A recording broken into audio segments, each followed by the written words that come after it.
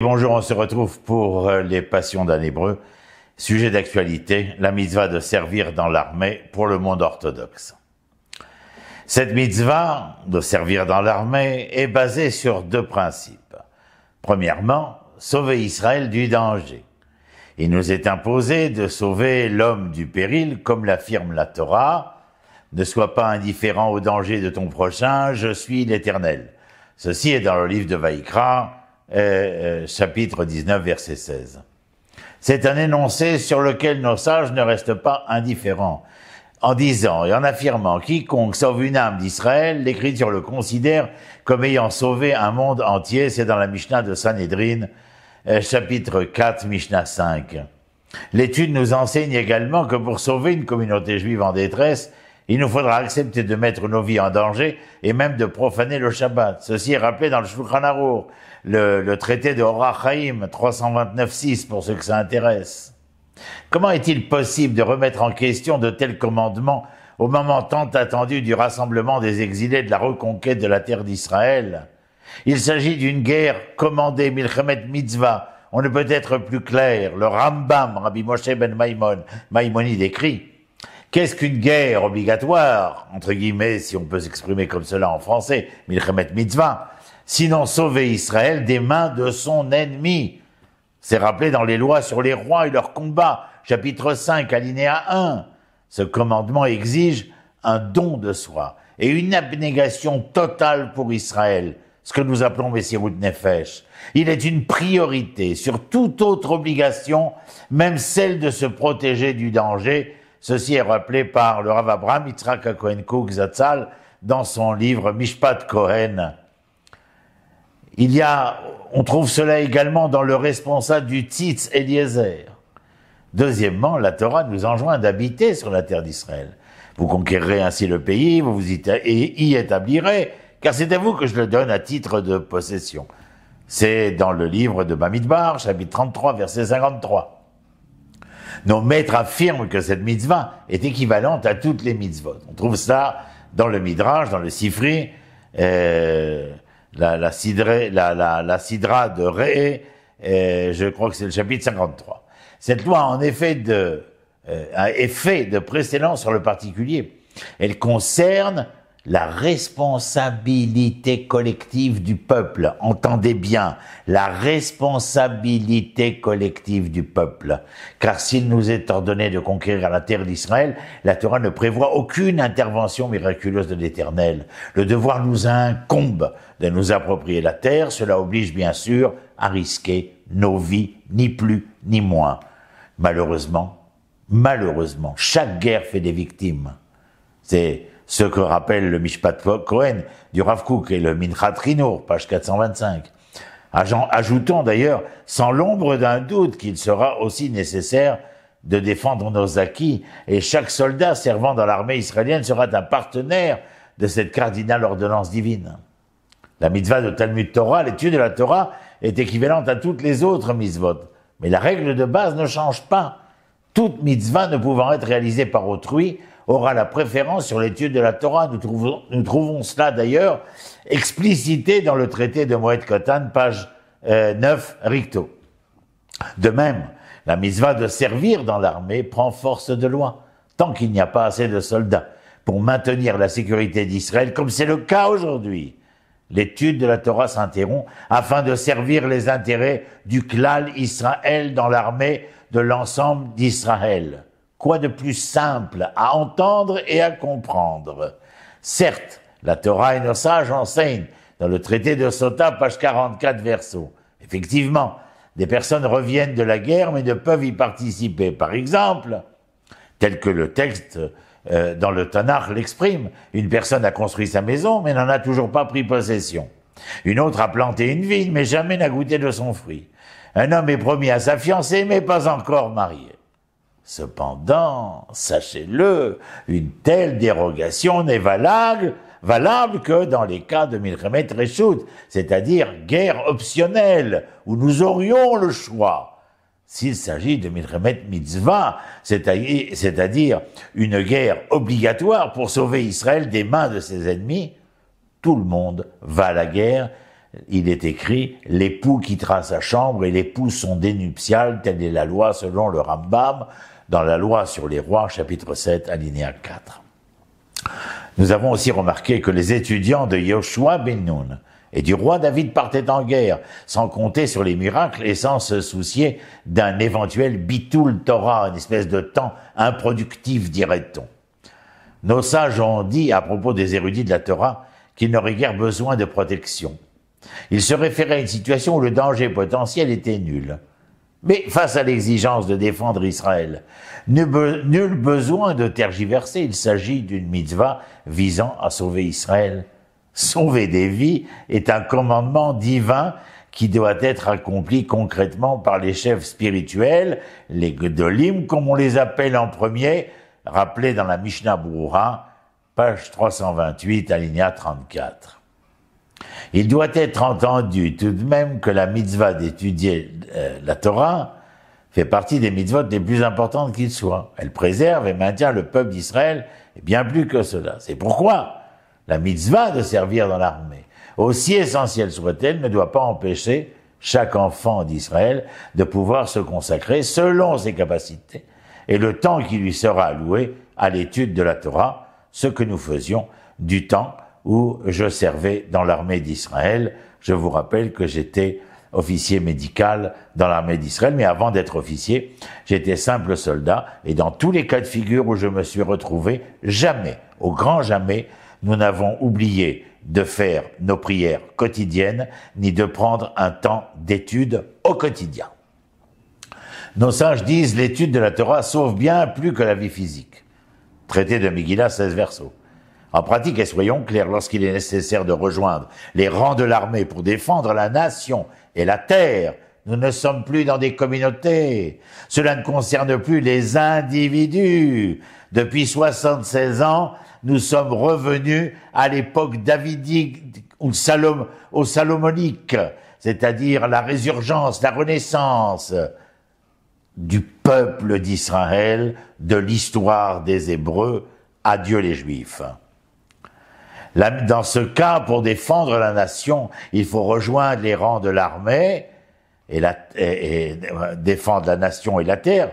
La mitzvah de l'étude devient secondaire, comme d'ailleurs le Talmud Torah sait se soustraire à l'accomplissement de la mitzvah de se marier, à la charité et autres mitzvot qui ne peuvent être accomplis par un autre que soi.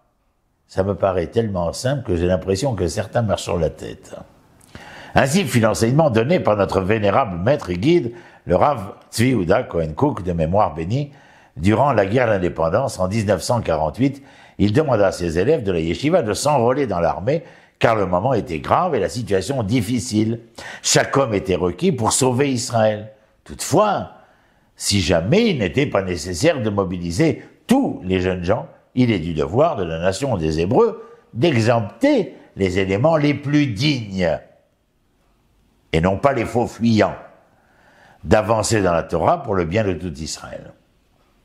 Le fait que la société orthodoxe en général ne serve pas dans l'armée crée un terrible fossé au sein même du peuple, en admettant qu'une telle situation puisse être tolérable d'un point de vue sécuritaire, d'un point de vue national, c'est un désastre. Il faut également souligner le fait que la société laïque a rompu les amarres de l'étude de la Torah et l'accomplissement des mitzvot traditionnels. Cela constitue également un terrible problème national. Cela remet en question la capacité de cette population d'offrir aux générations futures un héritage fidèle à la nation des Hébreux.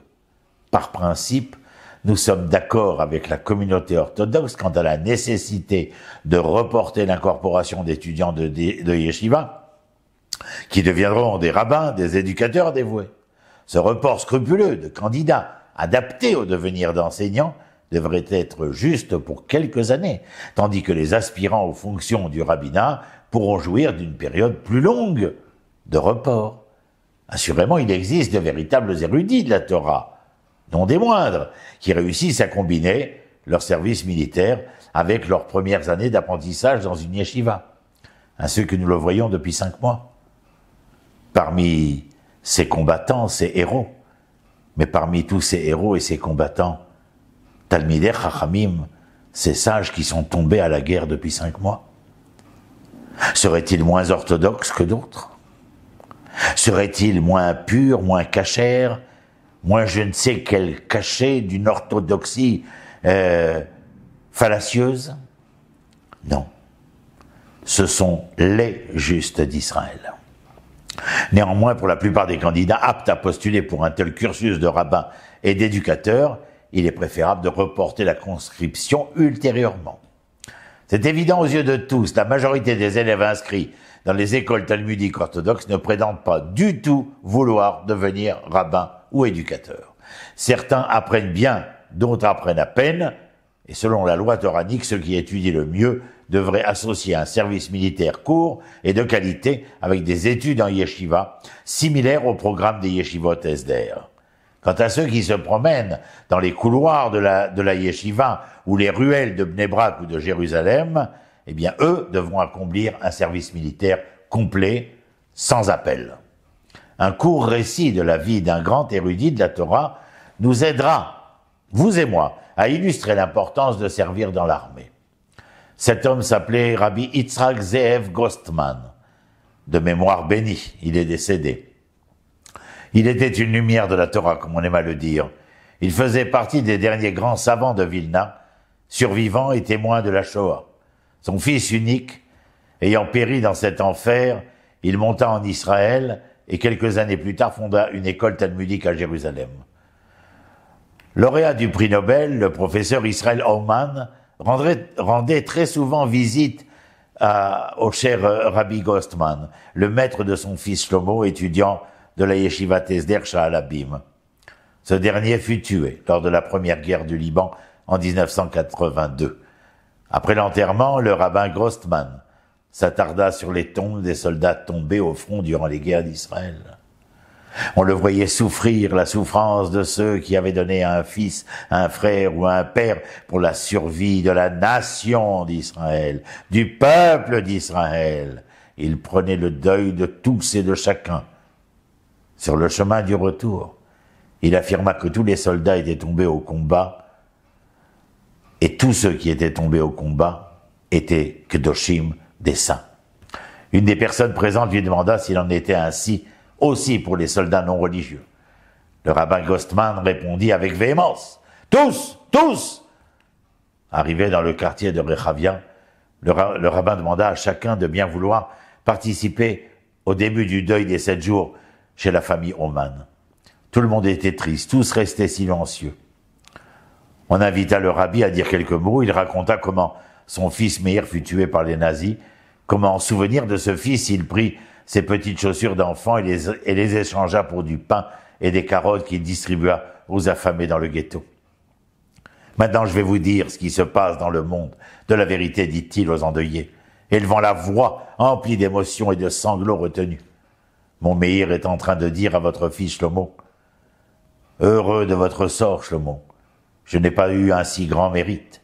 Je n'ai pas eu le mérite de mourir au combat pour mon peuple et ma patrie, de lutter contre les ennemis d'Israël, de défendre ma nation.